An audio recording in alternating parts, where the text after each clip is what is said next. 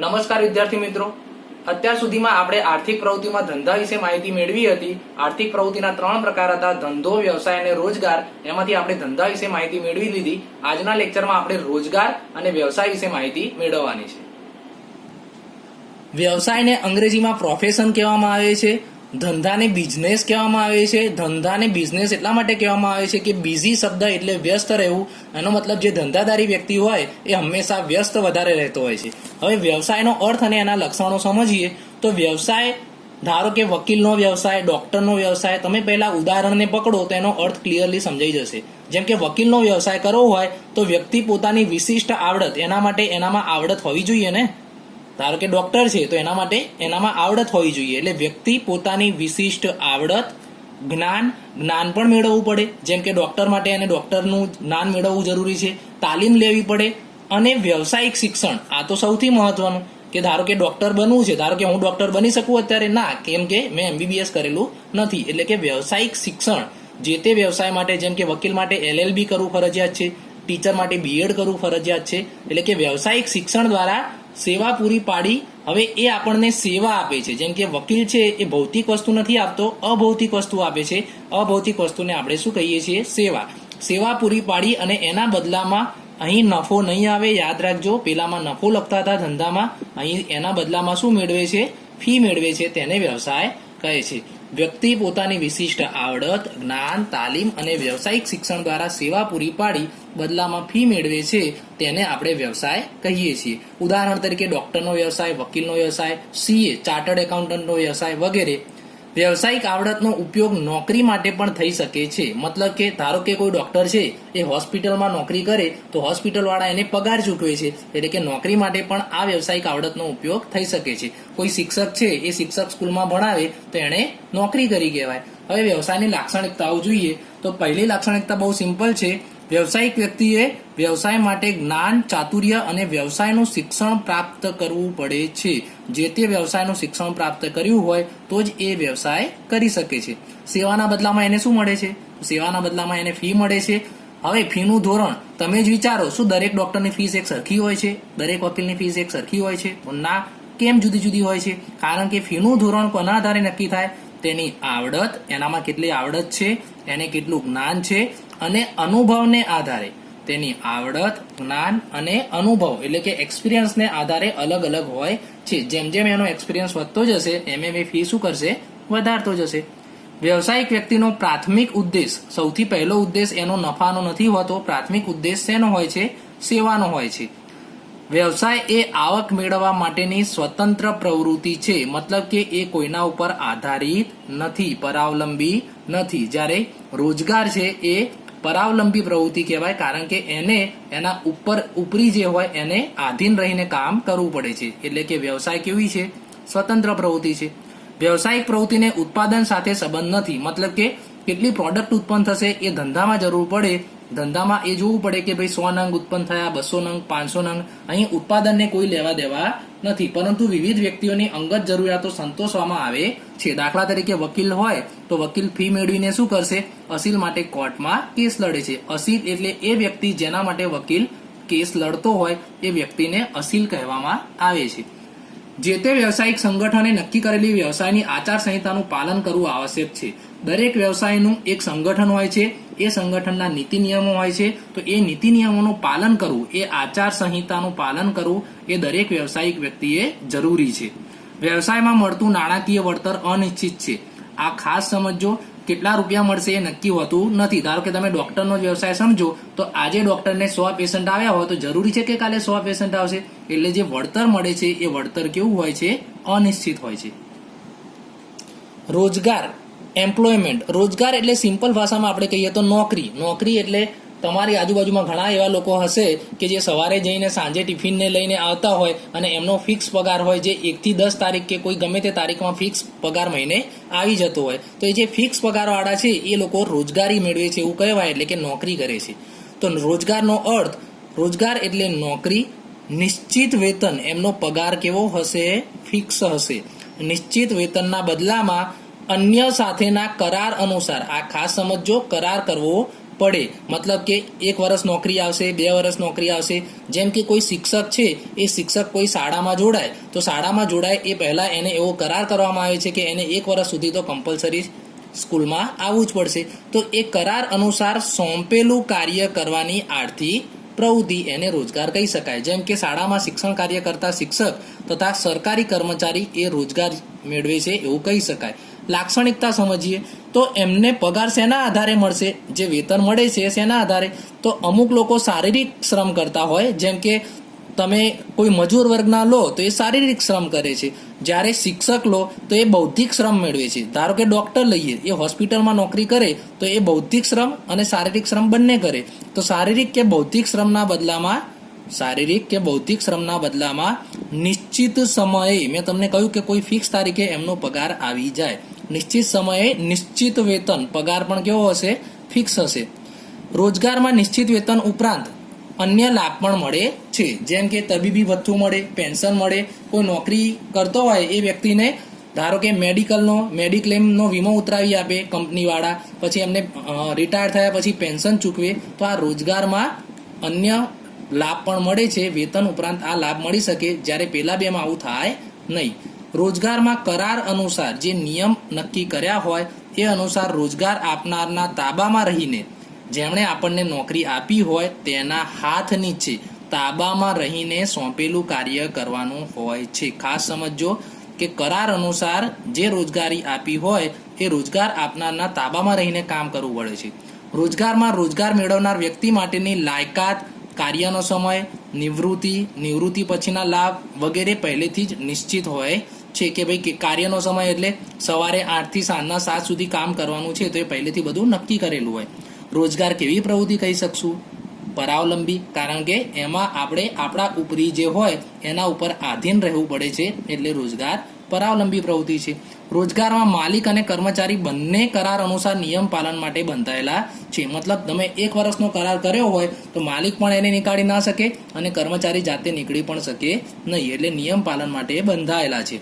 રોજગારી મેળવનારે કોઈ મૂડી રોકાણ કરવું પડતું નથી. આપણે નોકરી લઈએ, ધારો કે કોઈ સ્કૂલમાં જોબ લઈએ તો કોઈ પૈસા રોકવાની જરૂર પડે છે, નથી પડતી. જ્યારે પહેલામાં આપણે શું કરવું પડતું હતું, ધંધો કે શરૂ કરવા મૂડીની જરૂર પડતી હતી, જ્યારે રોજગારી મેળવવા માટે કોઈ પણ મૂડી રોકાણ કરવું પડતું નથી. નમસ્કાર વિદ્યાર્થી મિત્રો, અત્યાર સુધીમાં આપણે આર્થિક પ્રવૃત્તિમાં ધંધા વિશે માહિતી મેળવી હતી. આર્થિક પ્રવૃત્તિના 3 પ્રકાર હતા, ધંધો, વ્યવસાય અને રોજગાર. એમાંથી આપણે ધંધા વિશે માહિતી મેળવી લીધી. આજના લેક્ચરમાં આપણે રોજગાર અને વ્યવસાય વિશે માહિતી મેળવવાની છે. વ્યવસાયને અંગ્રેજીમાં પ્રોફેશન કહેવામાં આવે છે. ધંધાને બિઝનેસ કહેવામાં આવે છે. ધંધાને બિઝનેસ એટલા માટે કહેવામાં આવે છે કે બિઝી શબ્દ એટલે વ્યસ્ત રહેવું. એનો મતલબ જે ધંધાદારી વ્યક્તિ હોય એ હંમેશા વ્યસ્ત વધારે રહેતો હોય છે. હવે વ્યવસાયનો અર્થ અને એના લક્ષણો સમજીએ તો વ્યવસાય, ધારો કે વકીલનો વ્યવસાય, ડોક્ટરનો વ્યવસાય, તમે પહેલા ઉદાહરણને પકડો તો એનો અર્થ ક્લિયરલી સમજાઈ જશે. જેમ કે વકીલનો વ્યવસાય કરવો હોય તો વ્યક્તિ પોતાની વિશિષ્ટ આવડત, એના માટે એનામાં આવડત હોવી જોઈએ ને. ધારો કે ડોક્ટર છે તો એના માટે એનામાં આવડત હોવી જોઈએ, એટલે વ્યક્તિ પોતાની વિશિષ્ટ આવડત, જ્ઞાન પણ મેળવવું પડે. જેમ કે ડોક્ટર માટે એને ડોક્ટરનું જ્ઞાન મેળવવું જરૂરી છે, તાલીમ લેવી પડે. અને વ્યવસાયિક શિક્ષણ, આ તો સૌથી મહત્વનું, કે ધારો કે ડોક્ટર બનવું છે, ધારો કે હું ડોક્ટર બની શકું અત્યારે? ના, કેમ કે મેં MBBS કરેલું નથી. એટલે કે વ્યવસાયિક શિક્ષણ જે તે વ્યવસાય માટે, જેમ કે વકીલ માટે LLB કરવું ફરજિયાત છે, ટીચર માટે BEd કરવું ફરજિયાત છે. એટલે કે વ્યવસાયિક શિક્ષણ દ્વારા સેવા પૂરી પાડી. હવે એ આપણને સેવા આપે છે. જેમ કે વકીલ છે એ ભૌતિક વસ્તુ નથી આપતો, અભૌતિક વસ્તુ આપે છે. અભૌતિક વસ્તુને આપણે શું કહીએ છીએ? સેવા પૂરી પાડી, અને એના બદલામાં અહીં નફો નહીં આવે. યાદ રાખજો, પેલામાં નફો લખતા હતા ધંધામાં, અહીં એના બદલામાં શું મેળવે છે? ફી મેળવે છે. તેને વ્યવસાય કહે છે.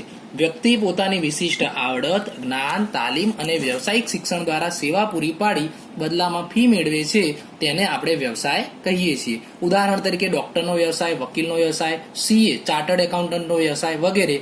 વ્યવસાયિક આવડતનો ઉપયોગ નોકરી માટે પણ થઈ શકે છે. મતલબ કે ધારો કે કોઈ ડોક્ટર છે એ હોસ્પિટલમાં નોકરી કરે તો હોસ્પિટલવાળા એને પગાર ચૂકવે છે, એટલે કે નોકરી માટે પણ આ વ્યવસાયિક આવડતનો ઉપયોગ થઈ શકે છે. કોઈ શિક્ષક છે એ શિક્ષક સ્કૂલમાં ભણાવે તો એણે નોકરી કરી કહેવાય. હવે વ્યવસાયની લાક્ષણિકતાઓ જોઈએ તો પહેલી લાક્ષણિકતા બહુ સિમ્પલ છે વ્યવસાયિક વ્યક્તિએ વ્યવસાય માટે જ્ઞાન, ચાતુર્ય અને વ્યવસાયનું શિક્ષણ પ્રાપ્ત કરવું પડે છે.